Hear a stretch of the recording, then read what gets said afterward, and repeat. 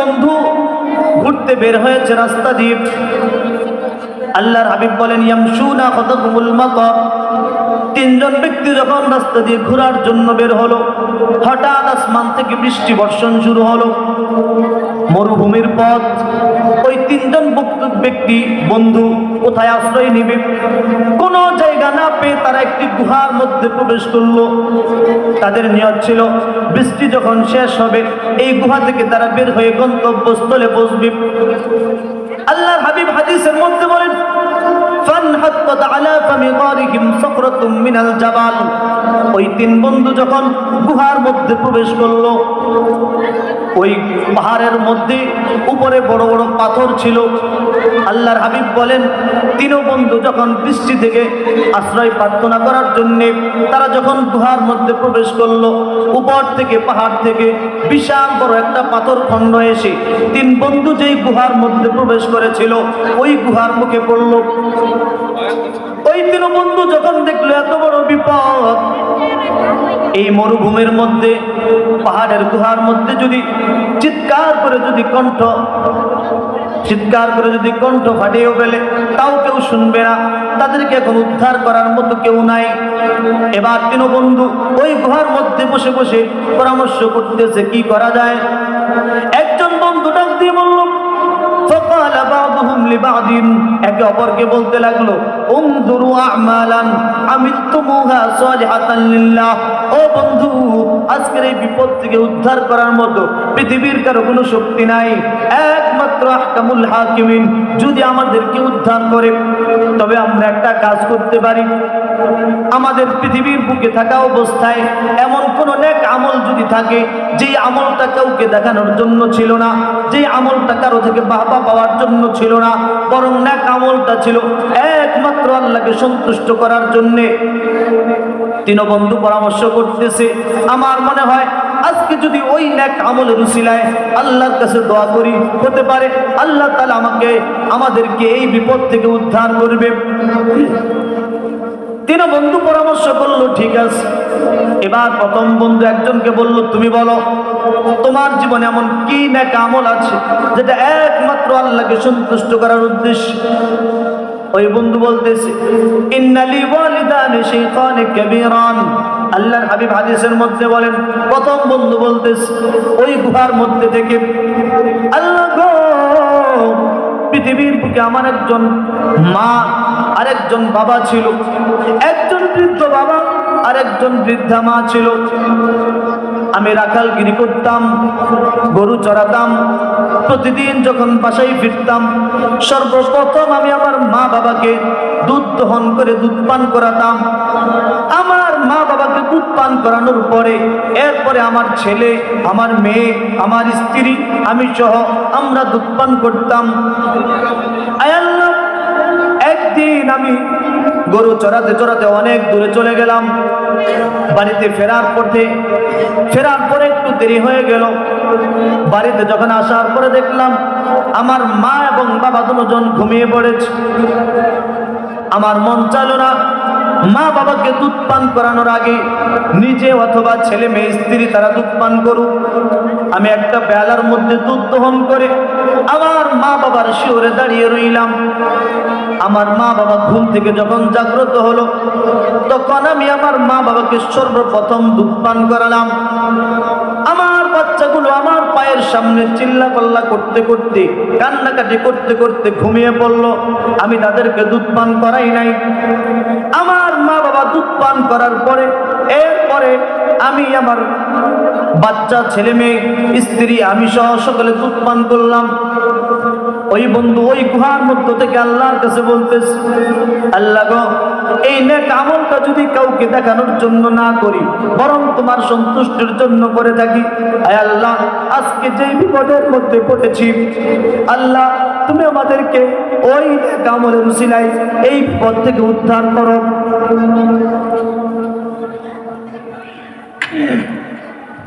আল্লাহর হাবিব হাদিসের মধ্যে বলেন এই দোয়া করার সাথে সাথে তিন বন্ধু দেখতেছে পাথরের একটা অংশ সরে গেছে, আসমান দেখা যায়। বলেন সুবহানাল্লাহ। এবার তাদের বিশ্বাস আরো বেড়ে গেল। এবার দ্বিতীয় বন্ধু বলতেছে, দ্বিতীয় জনকে বলতেছে, ভাই তুমি এমন কোন আমল যদি থাকে তুমি দোয়া করো, যেই দোয়ার উসিলে আল্লাহ আমাদেরকে এই বিপদ থেকে উদ্ধার করবে। দ্বিতীয় বন্ধু এবার দোয়া করতেছে, আল্লাহ গো, আমার পৃথিবীর বুকে ইন্নালি বিনতু আম্মিন, আমার একজন চাচাতো বোন ছিল। আমার মনে বড় আশা জাগলো আমার চাচাতো বোনের সাথে খারাপ কাজ করার, আমার যৌন চাহিদা মেটানোর। সে কোনোভাবেই রাজি হচ্ছিল না। সর্বশেষ আমি তাকে টাকা পয়সা দিয়ে, ধন সম্পদ দিয়ে তাকে রাজি করালাম। আমাদের দিন তারিখ টাইম ফিক্সড হলো, আমরা একটা রুম নির্দিষ্ট করলাম, সেইখানে আমি এবং আমার চাচাতো বোন আমাদের যৌন চাহিদা মেটাবো। এবার ওই বন্ধু বলতেছে, আমরা দুজন যখন নির্দিষ্ট টাইমে নির্দিষ্ট দিনে যখন ওই নির্দিষ্ট রুমের মধ্যে একত্রিত হলাম, আমাদের যৌন চাহিদা মেটানোর জন্য সব প্রস্তুতি শেষ। এখন আমরা আমাদের যৌন চাহিদা পূর্ণ করব। এমন টাইমে আমি আমার চাচাতো বোনের চোখের দিকে তাকিয়ে দেখি আমার চাচাতো বোনের দু চোখ দিয়ে ঝরঝর করে পানি পড়তেছে। আমি ডাক দিয়ে বললাম, ও বোন, এই মুহূর্তে তো আমাদের আনন্দের সময়, এই মুহূর্তে তো আমাদের যৌন চাহিদা মেটানোর সময়, এই মুহূর্তে তুমি কেন কান্না করতেছো? আমার চাচাতো বোন ডাক দিয়ে আমাকে বলল, ভাই ইত্তাকিল্লাহ, ও ভাই বড় বিপদে পড়ে টাকা পয়সার লোভে যদি আমি রাজি হয়েছি রে ভাই, আমি কান্না করতেছি এই জন্য।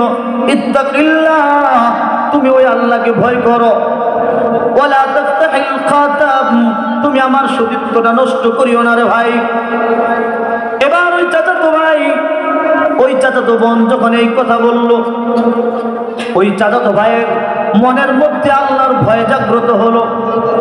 সাথে সাথে চাচাতো ভাই চাচাতো বোনকে ছেড়ে চলে গেল।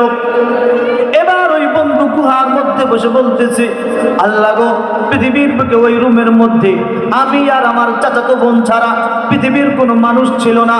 আমার যৌন চাহিদা মেটানোর জন্যে সেখানে কোনো বাধা ছিল না। আমি অর্থ দিয়ে তাকে রাজি করেছি, আমি চাইলেই পুরা করতে পারতাম। আয় আল্লাহ, আমি আমার চাচাতো বোনের সতীত্ব নষ্ট না করে আমি সেখান থেকে চলে এসেছি। এটা যদি একমাত্র তোমার সন্তুষ্টির জন্য হয়ে থাকে, আজকের এই বিপদ থেকে তুমি আমাদেরকে উদ্ধার করো। আল্লাহর হাবিব সাল্লাল্লাহু আলাইহি ওয়াসাল্লাম হাদিসের মধ্যে বলেন, দ্বিতীয় বন্ধু যখন এই দোয়া করলো, সাথে সাথে পাথরটা আরেকটু পরিমাণ সরে গেল। বলেন সুবহানাল্লাহ। কিন্তু তিন বন্ধু দেখতেছে যে পাথর যেই পরিমাণ সরেছে, এর মধ্যে এখনো বের হওয়ার মতো কোনো ক্যাপাসিটি নাই। তবে বিশ্বাস আগের চেয়ে আরো বাড়ছে না কমছে? বলেন, আরো জোরে বলেন, বাড়ছে না কমছে? এবার তৃতীয় বন্ধুকে বলল, বন্ধু তুমি একটা দোয়া করো, আশা করি তোমার দোয়ার পরে পাথর সরে যাবে, আমরা এই বিপদ থেকে উদ্ধার হতে পারবো।